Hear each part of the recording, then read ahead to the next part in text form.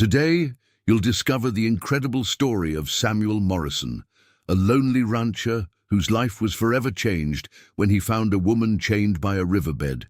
Prepare yourself for a narrative full of emotion, transformation, and the power of human compassion.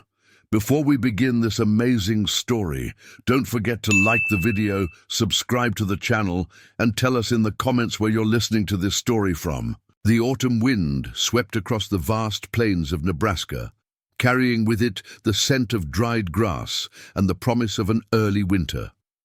Samuel Morrison adjusted his worn leather hat as he guided his horse along the winding path that led to Willow Creek. At 42 years old, Samuel had spent the last 15 years working his ranch alone, ever since his wife Margaret had died giving birth to their twins, Emma and Thomas.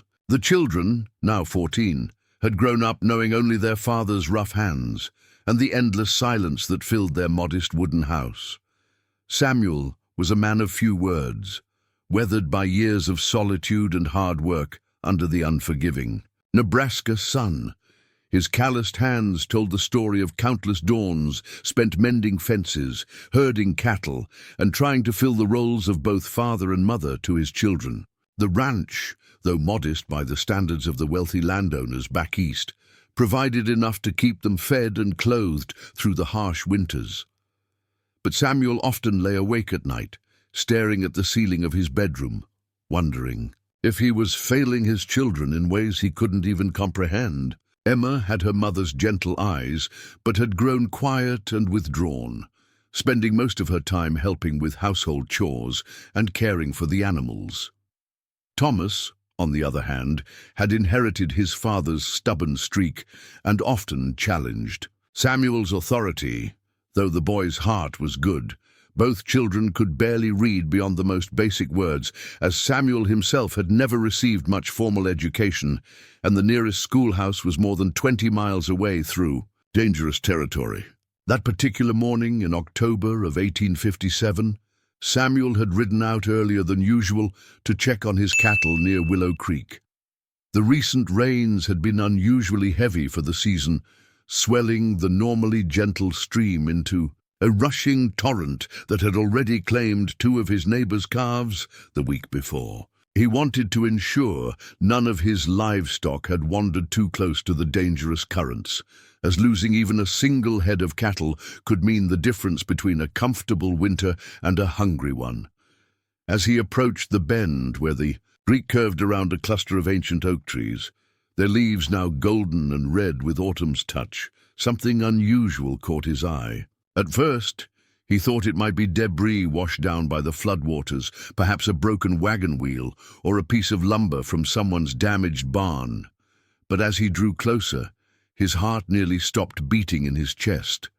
There, partially submerged in the muddy shallows near the bank, was a woman. Heavy iron shackles bound her wrists and ankles, connected by a thick chain that had somehow caught on a fallen log, preventing her from being swept away by the merciless current. She was unconscious, her dark skin bearing the unmistakable marks of brutal treatment, her simple cotton dress torn and stained with mud and blood. Her hair, which might have once been carefully braided, now hung in wet tangles around her face. Samuel dismounted quickly, his boots splashing into the shockingly cold water as he waded toward her. She was barely breathing, her lips blue from the cold, and he could see that without immediate help, she wouldn't survive much longer. The water around her was tinged pink with blood from wounds he couldn't yet see clearly. Without hesitation, he lifted her from the water, surprised by how light she felt in his arms, despite the weight of the iron chains that bound her. The shackles were old but solid, forged with the kind of craftsmanship that was meant to last a lifetime of bondage. He knew he'd need proper tools back at the ranch to remove them, tools that might take hours to work through the thick metal. Wrapping her carefully in his own heavy coat, Samuel placed her as gently as possible across his saddle and began the ride home, his mind racing with questions that seemed to have no answers. Who was she? How had she ended up chained in the creek? And most pressing of all, what was he going to do with her?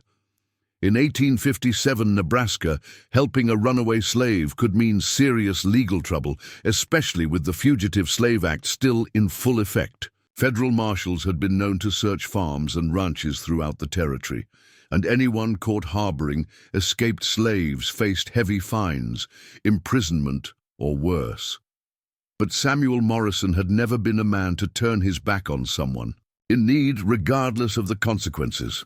The ride back to the ranch felt endless, with Samuel constantly checking to ensure the woman was still breathing. Her breath came in shallow, irregular gasps, and more than once he feared she might slip away before he could get her to safety. The weight of her unconscious body against his horse made the animal move more slowly, and Samuel found himself whispering prayers he hadn't spoken since Margaret's funeral. As his modest farmhouse came into view, nestled between rolling hills dotted with grazing cattle, he could see Emma and Thomas working in the vegetable garden. Their young faces turned toward him with curiosity as they noticed his unusual burden. Emma dropped her basket of late-season tomatoes and ran toward him, her long brown hair streaming behind her. "Pa, what happened? Who is that?" Emma called out, her voice filled with concern as she reached up to help steady the unconscious woman. Thomas, ever the skeptical one, approached more cautiously. "Pa, is she dead?" He asked in, his 14-year-old voice cracking slightly with nervousness. "She's alive, but barely," Samuel replied grimly as he carefully lifted the woman down from his horse. "Thomas, run to the barn and fetch my tools. I need the heavy file and the hammer. Emma, go inside and prepare the spare room. Get clean blankets and heat some water on the stove." Both children hesitated for a moment, staring at the iron shackles that bound the woman's wrists and ankles. They had heard whispered conversations among the adults in town about runaway slaves and the Underground Railroad, but they had never seen the brutal reality of slavery up close. The sight of the heavy chains and the woman's obvious injuries left them speechless. "Now!" Samuel's voice carried an urgency that sent both children running to their tasks. Samuel carried the woman into the house, her head lolling against his shoulder. In the spare room that had once been intended as a nursery for the siblings Margaret had hoped to give Emma and Thomas, he laid her gently on the bed. Emma had already spread clean quilts and was heating water in the kitchen. Yet her movements quick and efficient, despite her obvious nervousness.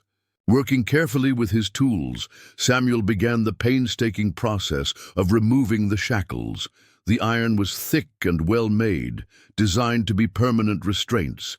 Each strike of his hammer against the file sent sparks flying, and the sound echoed through the small house like gunshots.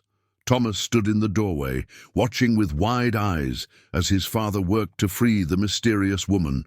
It took nearly 2 hours to break through the first shackle around her left wrist. As the iron fell away, Samuel could see the deep, infected wounds underneath, rubbed raw by months or perhaps years of constant chafing. Emma gasped when she saw the extent of the damage, but she didn't turn away. Instead, she brought warm water and clean cloth, helping her father tend to the wounds with a gentleness that reminded him painfully of her mother.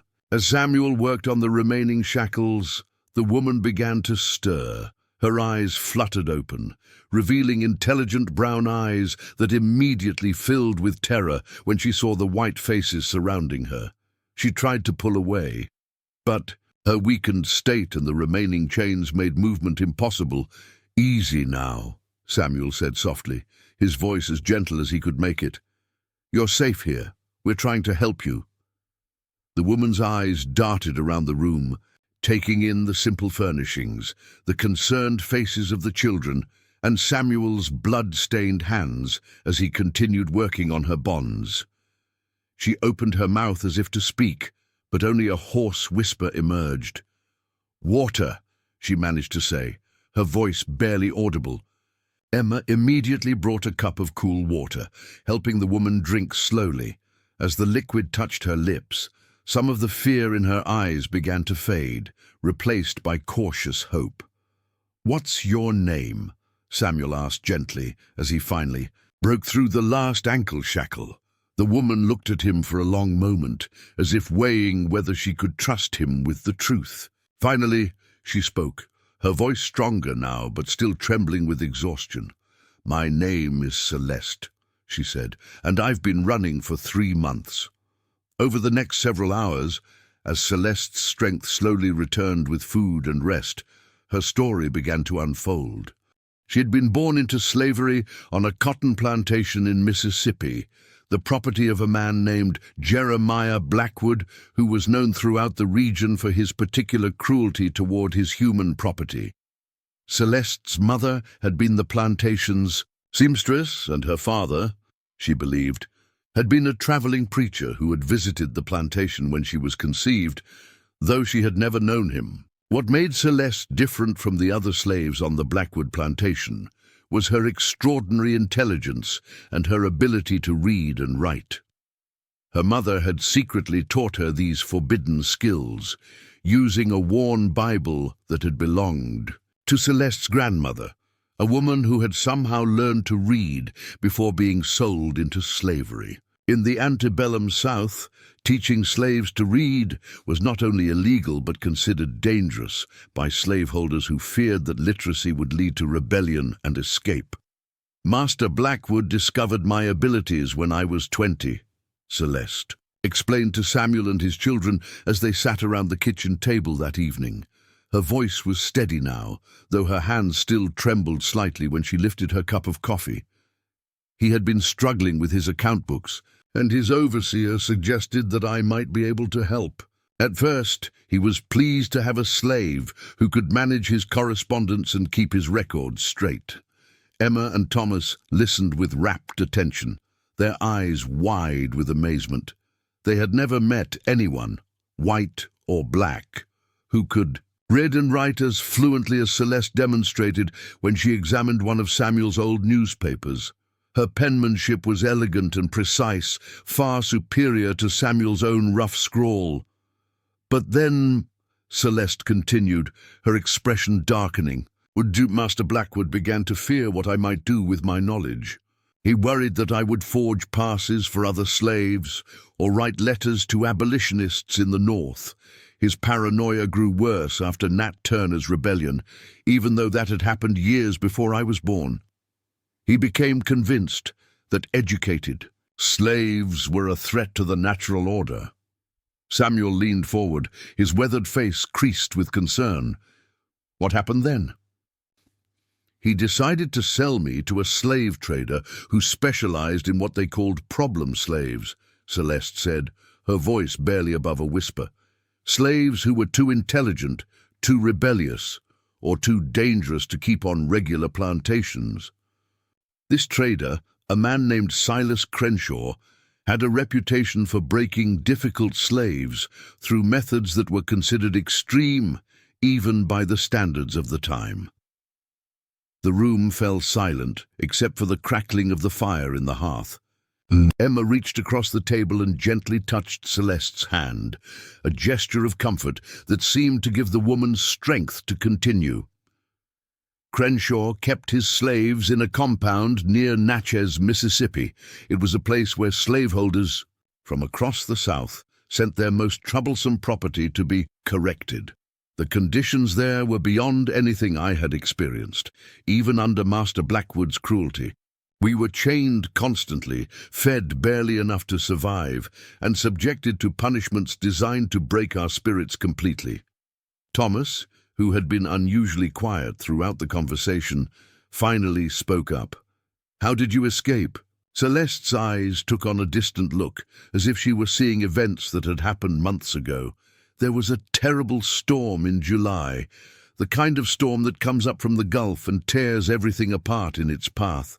During the chaos, a tree fell on the building where they kept us chained at night. In the confusion, several of us managed to break free. Most were recaptured within days, but I had an advantage they didn't."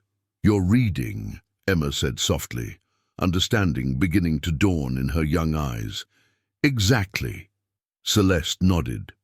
I could read the signs along the roads, understand the notices posted in towns, and most importantly, I could forge the passes that would allow me to travel without being immediately questioned. For 3 months, I made my way north, working when I could, hiding when I had to, always staying one step ahead of the slave catchers who were hunting me. Samuel stood up and walked to the window, looking out at the darkening sky. How did you end up in our creek? I had been traveling with a group of other runaways for the past 2 weeks, Celeste explained.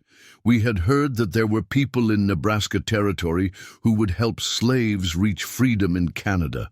But 3 days ago, we were discovered by a group of slave catchers. They had dogs, horses, and guns. We scattered in different directions, hoping that some of us might escape, even if others were caught.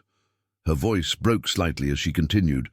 I ran toward the sound of water, thinking I might be able to lose the dogs by crossing the creek. But the current was stronger than I expected, and I was already weak from days of little food and sleep.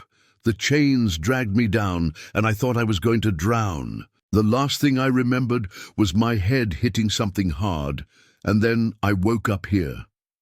Samuel turned back to face her, his expression serious. Celeste, you need to understand something. What we're doing here, helping you, it's against the law. If we're caught, we could all face serious consequences. But more importantly, you're still not safe. Those slave catchers you mentioned, they don't give up easily. They'll be searching every farm and ranch in the area. Celeste nodded, her intelligent eyes reflecting her understanding of the danger they were all in. I know, and I'm grateful beyond words for what you've already done. But I won't put your family at risk any longer than necessary. If you can just help me get strong enough to travel again, I'll move on. It was then that Emma spoke up, her young voice filled with a determination that surprised everyone in the room. Pa, she could teach us to read properly. Really? Read, not just the few words we know, and we could teach her about the area, help her plan a safer route north. Samuel looked at his daughter, seeing in her face an echo of the woman he had loved and lost. Margaret had always believed in the power of education, had always regretted that their remote location made proper schooling impossible for their children.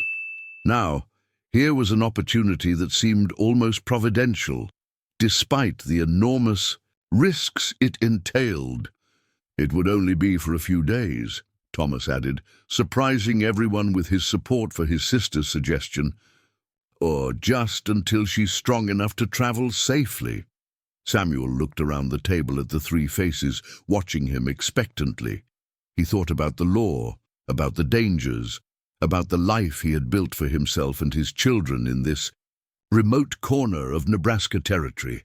Then he thought about the woman he had found, chained in the creek, about her intelligence and dignity despite everything she had endured, and about the opportunity she represented for his children to learn and grow in ways he had never been able to provide. Finally, he nodded slowly. A few days, he said. But we'll need to be very careful. And Celeste, you'll need to be prepared to leave at a moment's notice if anyone comes around asking questions. The next morning brought a transformation to the Morrison household that none of them could have anticipated. As the first rays of sunlight filtered through the kitchen windows, Celeste was already awake, sitting at the table with one of Samuel's few books spread open before her. It was a worn copy of Robinson Crusoe that had belonged to his late wife, and Celeste was reading it with an expression of pure joy that Samuel had rarely seen on any human face. I haven't been able to read a real book in over a year, she explained when she noticed Samuel watching her. Master Blackwood burned all the books on his plantation after he discovered I could read. He said they were dangerous influences that filled slaves with impossible ideas. Emma and Thomas approached the table tentatively, still somewhat awed by this woman who could read with such obvious fluency. Emma carried her slate, the one Samuel had bought for her years ago, but which had seen little use due to his own limited ability to teach her. "Could you really teach us?" Emma asked shyly. "I mean, really teach us to read like you do?" Celeste's face lit up with a smile that transformed her entire appearance. Despite the hardship she had endured, despite the healing wounds on her wrists and ankles, she looked genuinely happy for the first time since Samuel had found her. "I would be honored to teach you," she said. "Education is the one thing that can never be taken away from you, no matter what else happens in life. Your mother was wise to want this for you." Over the next few hours, Celeste demonstrated a natural gift for teaching that amazed Samuel. She began with the basics, but quickly realized that both Emma and Thomas knew more than their father had given them credit for. They could read simple words and write their names, but they had never been taught the rules that would allow them to tackle more complex texts. "Reading isn't just about recognizing words," Celeste explained, as she worked with Emma on a passage from the Bible. "It's about understanding how words work together to create meaning, how the author's thoughts become your thoughts through the magic of written language." Thomas, who had always been resistant to his father's attempts at education, found himself drawn into Celeste's lessons with an enthusiasm that surprised everyone. She had a way of making learning feel like an adventure rather than a chore, connecting each new concept to things the children already knew and understood. "You see how the author describes the storm here?" she asked Thomas, as they read together. "He's not just telling us what happened. He's making us feel the wind and hear the thunder. That's the power of good writing." As the day progressed, Samuel found himself drawn into the lessons as well. He sat quietly in the corner, pretending to work on repairing a bridle, while actually listening to every word Celeste spoke. Her knowledge seemed boundless, covering not just reading and writing, but history, geography, and even basic mathematics. "How did you learn so much?" Samuel finally asked during a break in the afternoon. Celeste looked thoughtful for a moment before answering. "My mother was an extraordinary woman. She had been educated before she was enslaved, and she was determined that I would have the same advantages despite our circumstances. But I also learned from every book I could get my hands on, every newspaper that came to the plantation, every conversation I overheard between educated visitors. She was like a sponge," Emma said admiringly, soaking up knowledge wherever she could find it." "Exactly," Celeste smiled. "And now I want to share that knowledge with you. In the few days I have here, I want to give you tools that will serve you for the rest of your lives." But their peaceful afternoon was interrupted by the sound of approaching horses.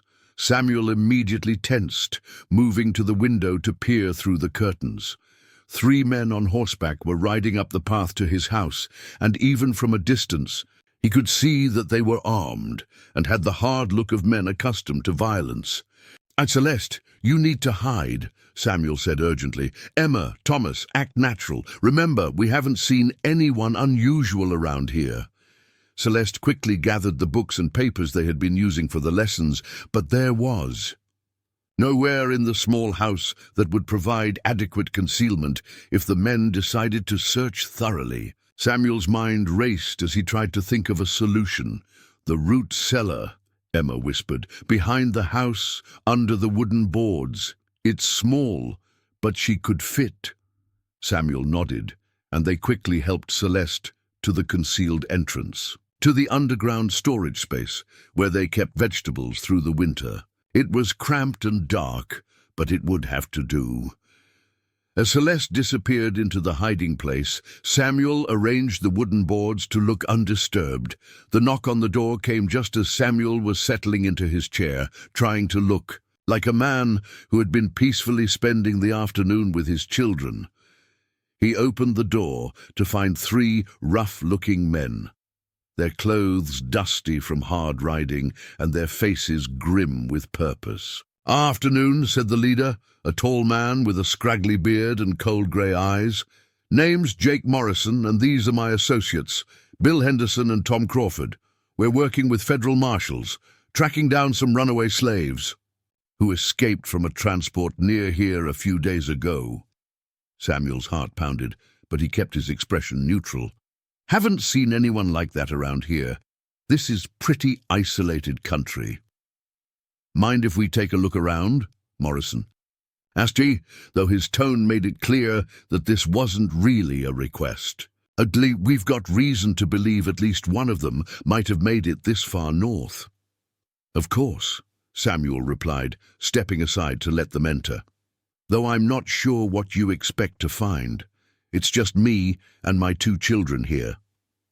The men spent the next 20 minutes searching the house thoroughly, looking under beds, in closets, and even checking the chimney. Emma and Thomas sat quietly at the kitchen table, their faces carefully blank, despite the fear Samuel knew they must be feeling.